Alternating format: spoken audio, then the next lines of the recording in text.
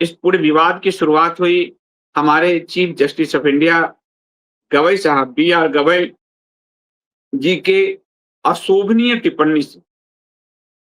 जो टिप्पणी उन्होंने भगवान श्री हरि विष्णु के को लेकर की।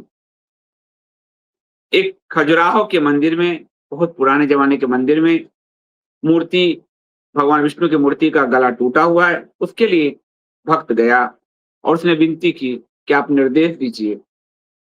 खजुराहो के मंदिर पर आप रिजेक्ट कर देते, लेकिन कहा कि आप जाइए और अपने देवता से कहिए, वही कर देंगे। आप तो विष्णु भगवान के भक्त हो ना, जाओ प्रेयर करो, जाओ।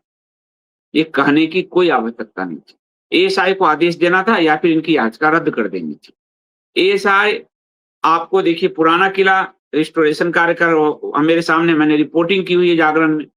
हुमायूं का मकबरा, उसका रिस्टोरेशन होता है, लेकिन इस देश में एएसआई भगवान की मूर्तियों का रिस्टोरेशन नहीं कर सकता, ऐसा लग रहा है।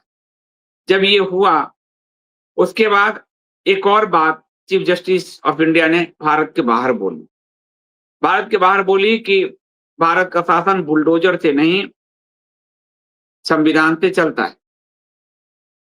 और ये बात एक वकील को बुरा लग गया और वकील साहब ने चीफ जस्टिस ऑफ इंडिया पर जूता उछाल दिया। अब चीफ जस्टिस ऑफ इंडिया पर जो जूता उछाला, उसके बाद ये विवाद बढ़ा। उस जूता उछालने की घटना पर तरह तरह की प्रतिक्रिया आई।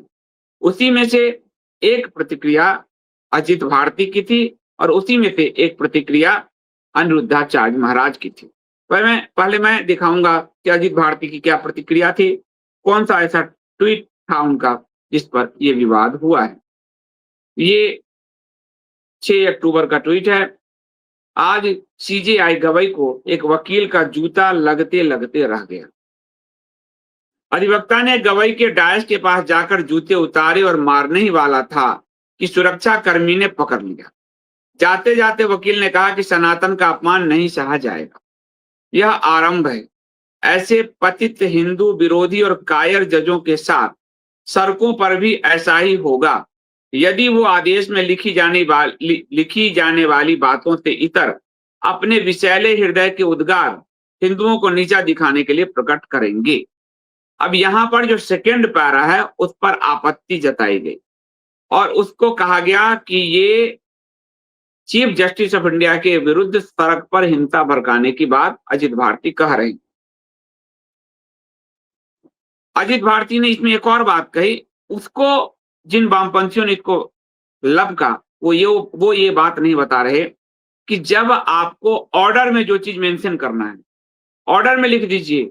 आप ऑर्डर में तो नहीं लिख रहे हैं और बेवजह टिप्पणी कर रहे हैं, जो खबर बनती। विष्णु भगवान पर जो आपने टिप्पणी की वो ऑर्डर में का पार्ट नहीं है। आप ऑर्डर में उसको तो निरस्त कर देते या फिर एक्सेप्ट करते, लेकिन आपने टिप्पणी कर दी जिसके कारण पूरे देश का माहौल खराब हुआ। ये बात सिरे से छुपा ली गई और पतित हिंदू विरोधी कायर जजों के साथ सड़कों पर भी ऐसा ही होगा, इसको उछाला गया। इस पर अजित भारती ने 2-3 लोगों के साथ एक अपना वीडियो भी किया। उस वीडियो के क्लिप्स को काटा गया। उस क्लिप्स काटने वाला जो है वो वही क्लिप कटुआ जुबैर है और उसने इसको भड़काया, पूरा मामले को भड़काया जो है चारों तरफ।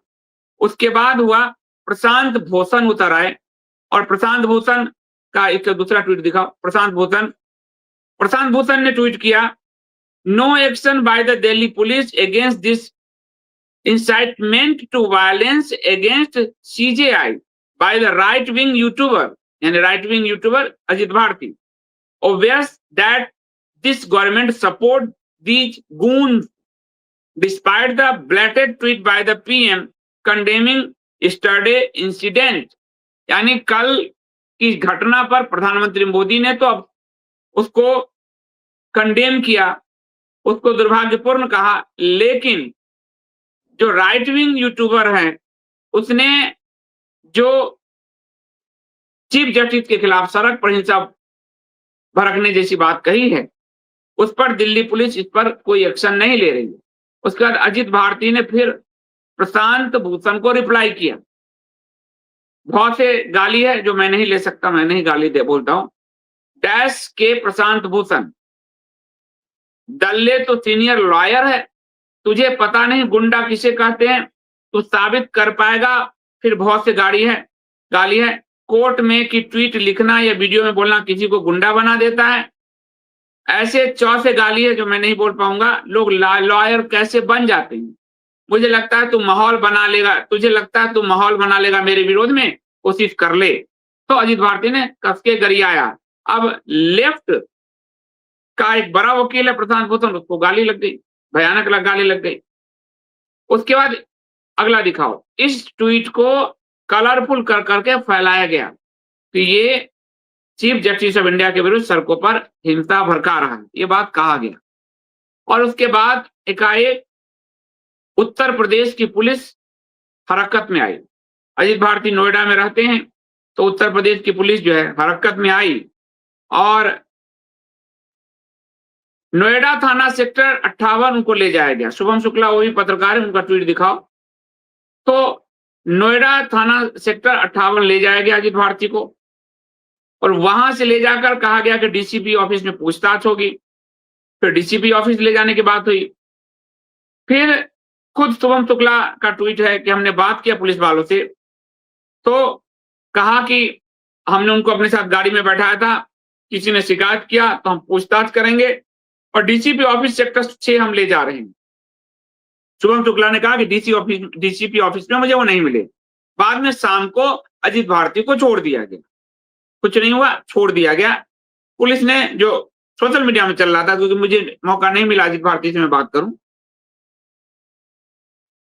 जिस बाद उनको कहा गया कि ट्वीट आप डिलीट कर लीजिए और पुलिस ने फिर छोड़ दिया। मीडिया वहां बात करने के लिए मौजूद थी, मीडिया से उन्होंने बात नहीं की कि निर्देश होगा पुलिस का केस होता है तो मीडिया से बात नहीं की।